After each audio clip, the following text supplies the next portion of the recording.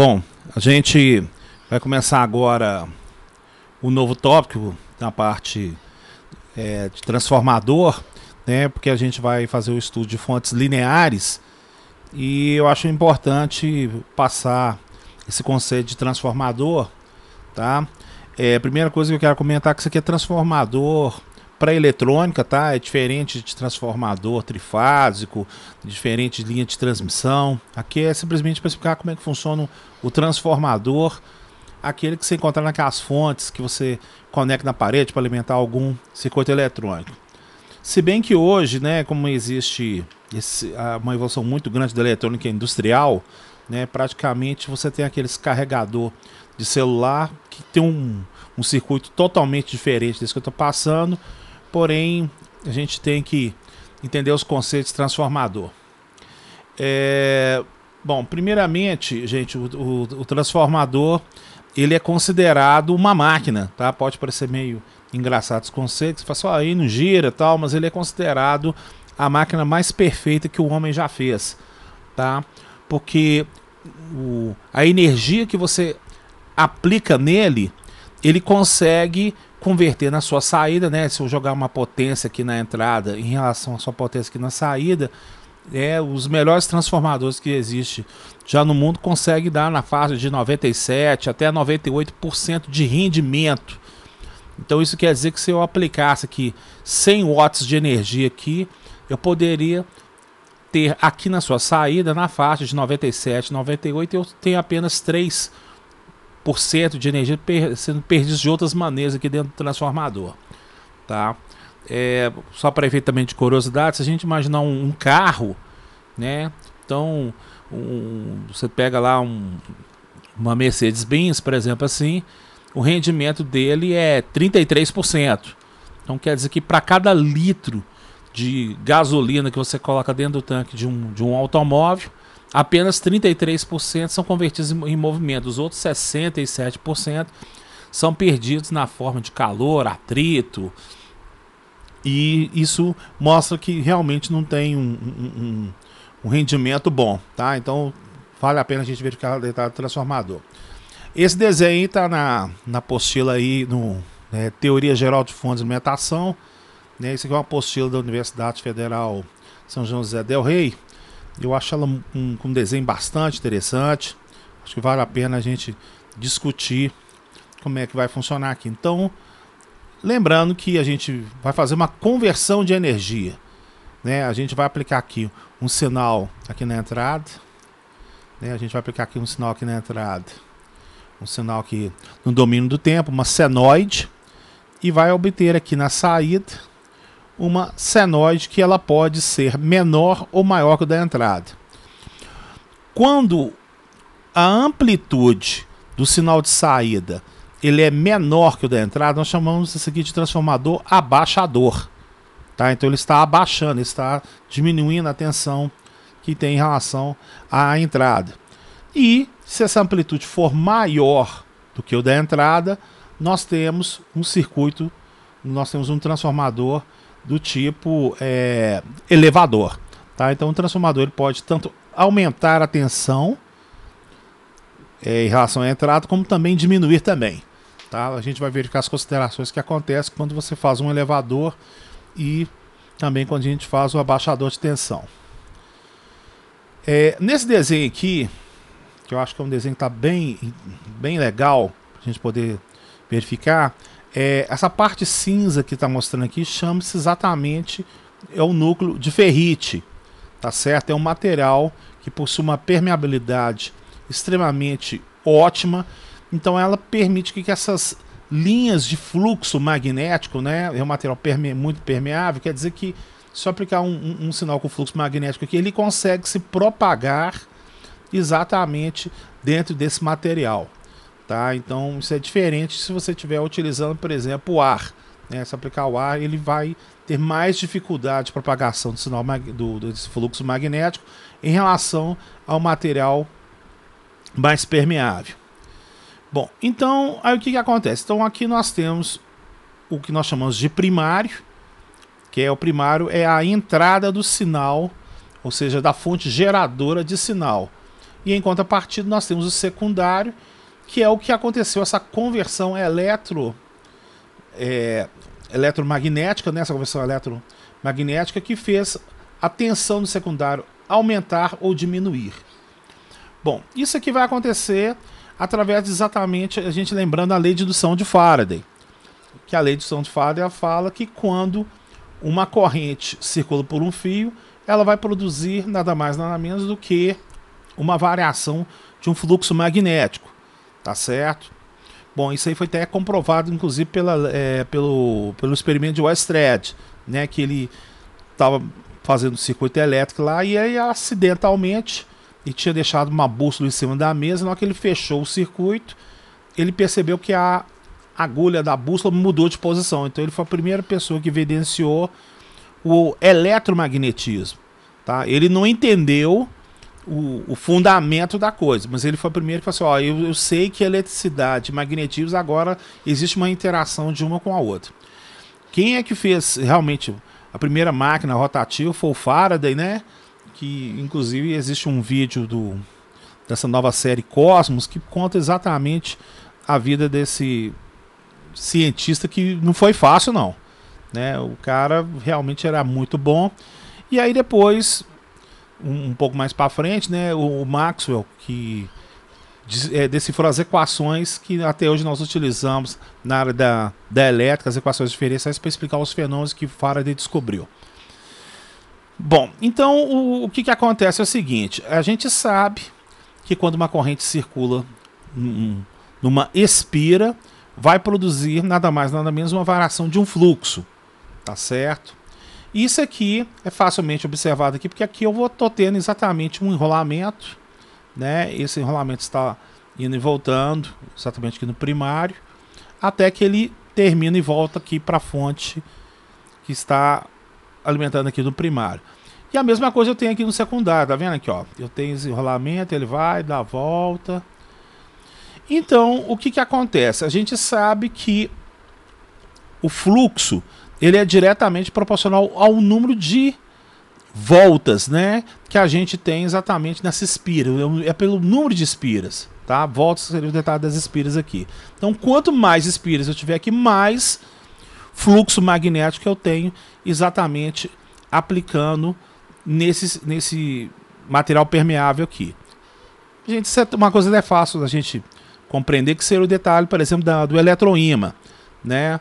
O eletroímã, quanto mais volta você dá exatamente no material férreo nele, mais forte vai ficar o ímã, tá certo? Então aqui é a mesma coisa, a gente trata exatamente dessa situação. Agora, existem três variáveis aqui que são importantes para a gente entender essa conversão eletromagnética que está acontecendo aqui. Primeiro é a corrente que vai entrar no circuito, a corrente que vai sair, a tensão que vai ser aplicada na entrada, a tensão que vai ser aplicada na saída. E existe uma relação de número de espiras do primário e com o secundário, né? Então, aqui está a explicação, aqui está mostrando um transformador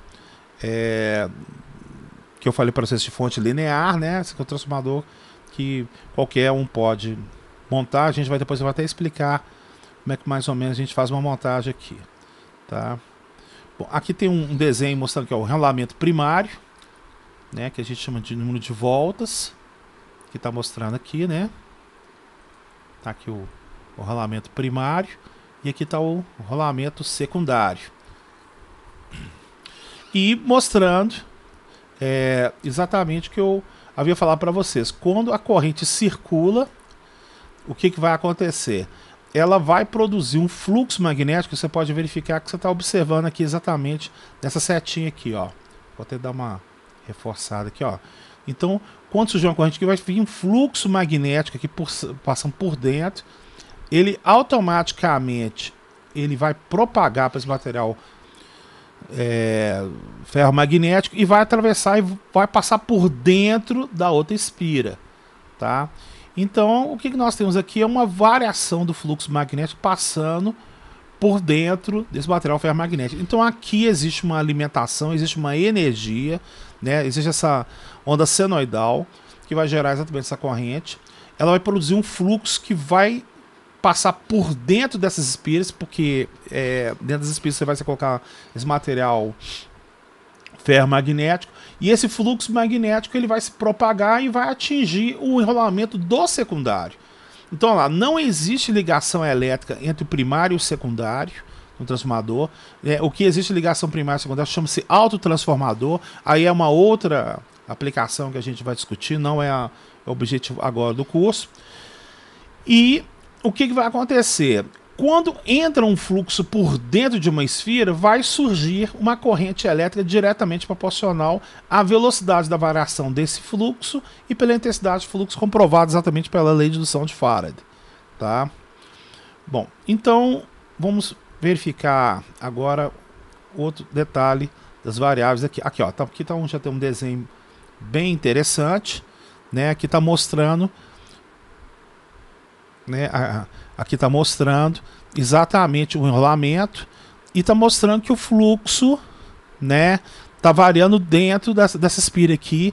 E se o material interno dele tiver permeabilidade, por exemplo, eu falei para vocês, o ar não tem permeabilidade boa, então vai ter menos linhas de fluxo, vai ter menos intensidade. Se eu colocar um material ferromagnético extremamente adequado aqui, a variação do fluxo vai exatamente propagar e vai haver uma melhor conversão aqui. Então você aplica isso aqui no primário, né? Porque a gente vai ter aqui o NP, que é o número de espiras do primário. E aqui nós temos o NS, que é o número de espiras do secundário. Então, uma vez acontecendo, o fluxo aqui, ó, ele vai passar aqui por dentro, vai atravessar dentro do outro e vai voltar, ó. Tá vendo? Ó? É assim que é feito. A gente sempre vai fazer esse movimento de variação. E mesmo sendo uma senoide, né, que o sinal ele tem semiciclo positivo e negativo, então você vai ter hora a variação do fluxo acontecendo nesse sentido e hora acontecendo no sentido contrário, né? Continuando aqui.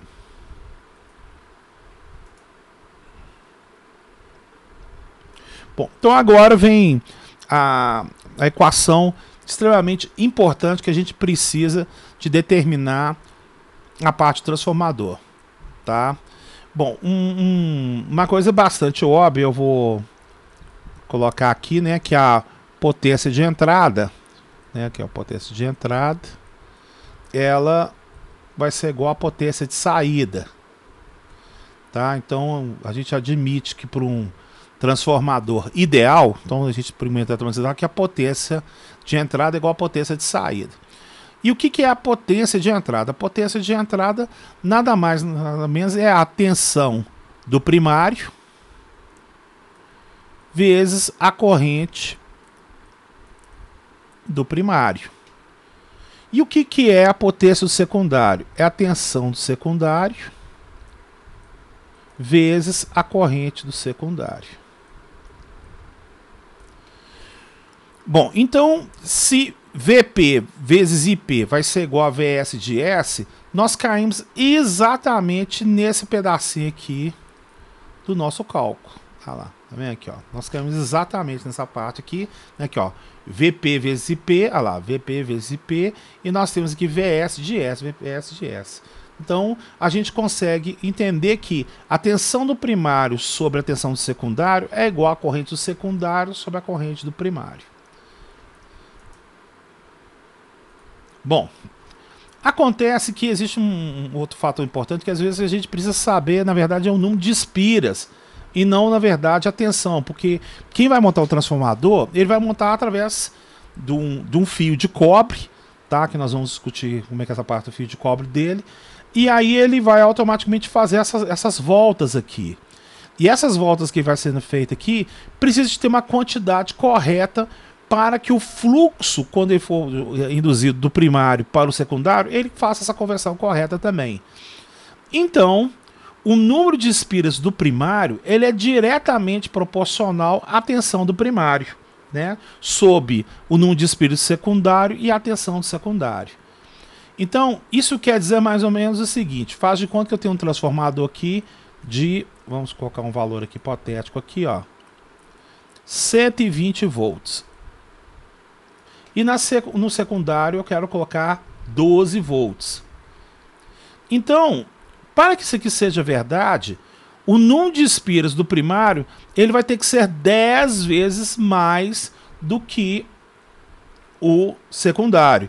Então isso quer dizer que se eu colocar aqui 10 voltas e colocar uma única volta aqui, eu tenho lá 120 por 12 dá 10. 10 dividido por 1 também dá 10. Então eu consigo ter a mesma relação.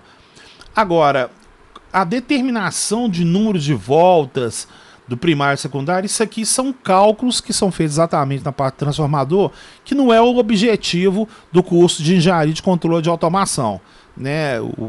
As pessoas que estudam a construção de transformador que entende isso aqui corretamente, como é que é feito. Não é o objetivo realmente do curso, mas é para vocês terem uma ideia de como é que a coisa é feita, tá?